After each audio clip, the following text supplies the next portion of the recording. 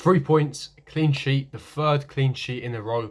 Our first Champions League win of the season in the group stage. What more could you possibly ask for, especially in the final stages of that second half? Very pleased with that performance. Yes, there are some negative performances. A lot of that midfield, they're getting dominated in the second half. We'll be talking about tactically why they were getting dominated, but nonetheless, it was a tremendous result. 4-0 away from home in Russia. We look forward to our Burnley game on the weekend, but it was a much needed 3 points, especially after not scoring for the past 2 games. That was a much needed 4-0 victory, and I'm very satisfied, very pleased with the performance and the result. But what do you guys think? Who was your man of the match? Leave me your thoughts, opinions in the comment section below. But without further ado, let's get straight into it. Now, obviously, before I do get into the video, make sure you hit the subscribe button, hit the bell notification, and smash the like button. But without further ado, let's get straight into it. Now, starting off with lineup. Now, personally, if you ask me, I was very happy with lineup. Edouard Mendy, of course, retains his position in the #1 spot. Since he's come into the club, we haven't conceded. He came in against Crystal Palace, 4-0. We won 4-0 again, another clean sheet. He came in against Manchester United at Old Trafford, 0-0. He came in against at home at Sevilla, 0-0. And in this game, he keeps yet another clean sheet. Since Edouard Mendy's come in his past 4 games, we haven't really conceded. So, yeah, fantastic record. And just like Petr Cech, he is the first keeper since Petr Cech to not concede in his first 2 Premier League games. Could he follow in his footsteps? Hopefully. I mean, he's been looking solid. And yeah, he does genuinely look like a top class keeper. So really happy for him. And we did go for a 4-3-3 or a 4-2-3-1 formation. We had Ben Chilwell left back. We had Azpilicueta right back for the experience. We had Kurt Zouma and Antonio Rudiger, who was originally frozen out for the start of the season, has managed to find a way into the squad. We had Rudiger and Zouma as our centre-back partnership. We had Mateo Kovacic and Jorginho, also known aka Jovicic, in that pivot position, which is my favourite pivot, but I'll explain tactically why it didn't work too well today. We had Kai Havertz in the number 10 position. We had Christian Pulisic, of course, on the bench, but we did have Hudson-Odoi on the left wing, Hakim Ziyech in his natural right wing position, and Timo Werner leading the line. Now, starting off with the game, we did have a bit of a shaky start. Now, quickly before I do get into the game, I really want to mention it was really great to see fans there today. I know it wasn't Chelsea fans, I know it was Russian fans. There was about 11,000 in attendance, but nonetheless, it was really good to see some sort of atmosphere, some sort of noise, and it really made it a more of a surreal experience. This behind a closed door situation, obviously we understand why it's been done, but I'm so looking forward to having fans back at the bridge, fans just back at football in general. It really is. It's not as entertaining without fans. So for me, that was really nice to see, really nice touch. But getting onto the game, like I said, I was really happy with the lineup. I thought, we had the best players.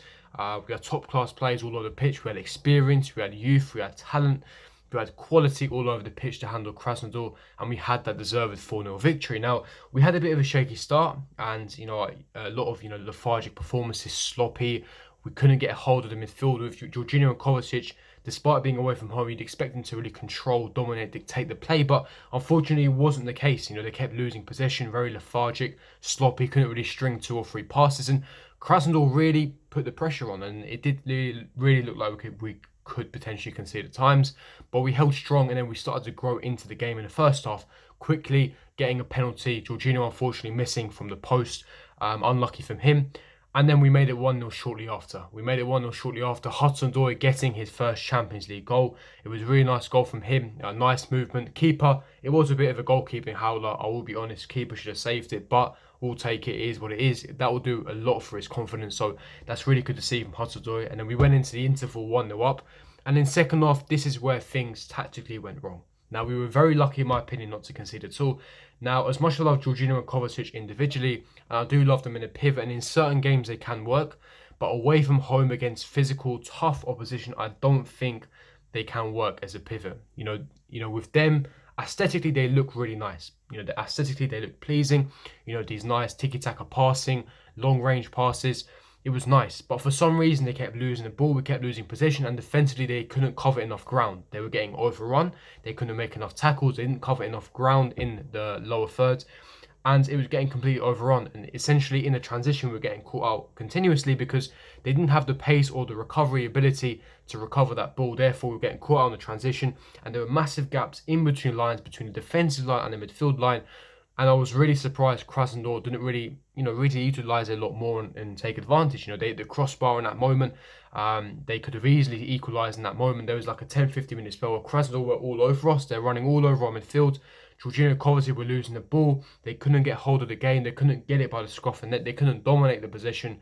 And we were really shaking that moment. We were genuinely shaking that moment. And it was really made by Lampard's substitutions. He made a proper statement by taking not only one of them off, he took both Kovacic and Jorginho off as a tactical substitution, making a triple change, having Mason Mount for the intensity, the pressure, the press, and get hold of the midfield. By only having two in the midfield, we were getting overrun, but by adding and turning into transitioning from a 4-2-3-1 to a 4-3-3, putting Mason Mount in number 8 position, having Kai Havertz in number 10, it really increased the volume in the midfield and allow us to gain more control and stop the transition and the domination by Krasnodar. So it was a tactical substitution by Lampard, which was necessary and required. So that was good to see, I guess. We then had, of course, Christian Pulisic come on, and we had Tammy Abraham come on as well as Emerson. So for me, and of course, we had N'Golo Kante coming on for Kovacic. So I think that, more energy, intensity, pressure really stopped Krasnodar really taking advantage of the space and in transitions, etc. And once they came on, and once we secured that penalty,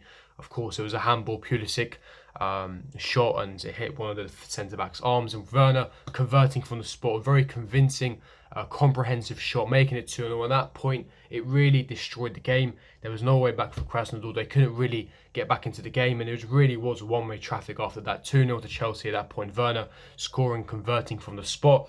And then it was really just a show. It was just a Ziyech and Pulisic show. Ziyech made it 3-0 with a fantastic piece of skill. Pulisic moving it into Werner. Werner linking up with Pulisic, then slotting it into Ziyech. And Ziyech with his left foot finishing it into the other side of the corner.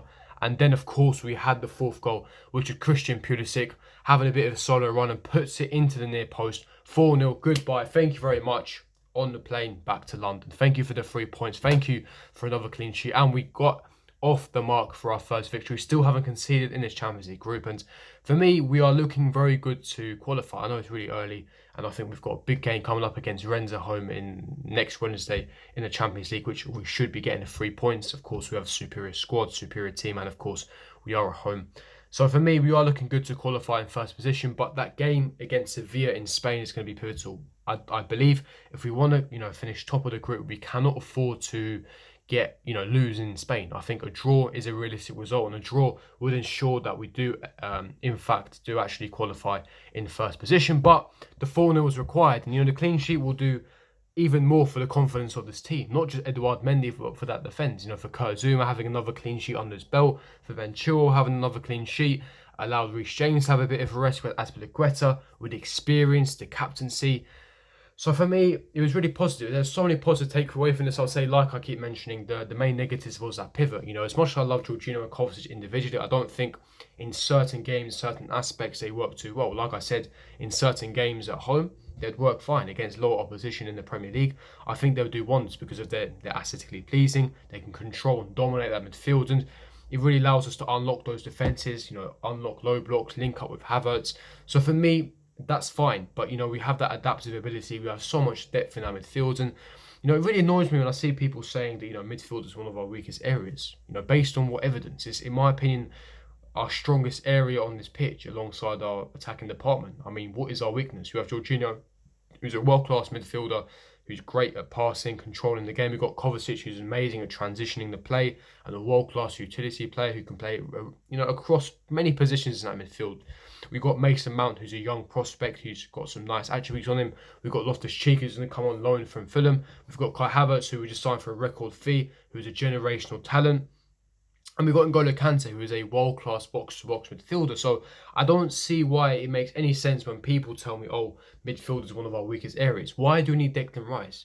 For me, if you're gonna sell Jorginho, for me it should be either for Houssam Aouar or Bruno Guimaraes, who are both from Lyon. I think they're perfect suits and perfect attributes and roles and characteristics to fit into our system. But for me, that is a completely different video. I don't want to get into transfers or replacements or whatever. For me, it was a really emphatic victory, a 4-0 deserved victory away from home. Still haven't conceded another clean sheet, which is a massive positive, massive bonus, which will do the squad a lot of confidence.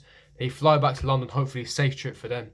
And yeah, no, I'm really satisfied with the performance. But if you did enjoy this review, don't forget to smash the like button, subscribe, hit the bell notification, and comment down below your thoughts, opinions in the comments section below, and your man of the match. For me, the man of the match has to go to Timo Werner. For me, I think yes, he did score, but for me, he worked extremely hard. But leave me your thoughts, opinions in the comment section below, and I'll see you guys for my next video. Peace.